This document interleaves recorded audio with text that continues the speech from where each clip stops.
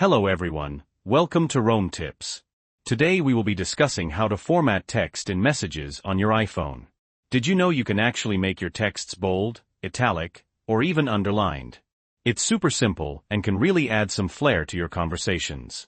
In this video, we'll walk you through 2 easy methods to format your text messages. We'll show you how to use Markdown and the built-in accessibility options. By the end of this video, you'll be sending messages that stand out from the crowd.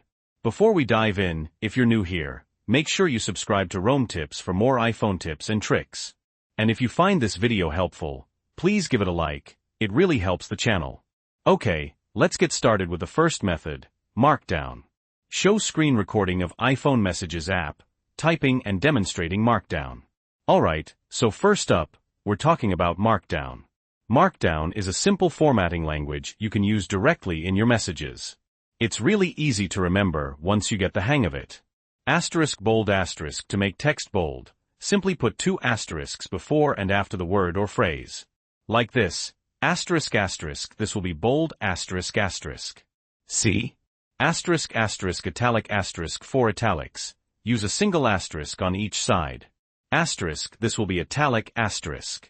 Asterisk underscore underline. Underscore to underline. Use underscores on both sides of the text underscore, this will be underlined underscore. Asterisk strike through. To make a strike through, use tildes on both sides of the text, this will have a strike through.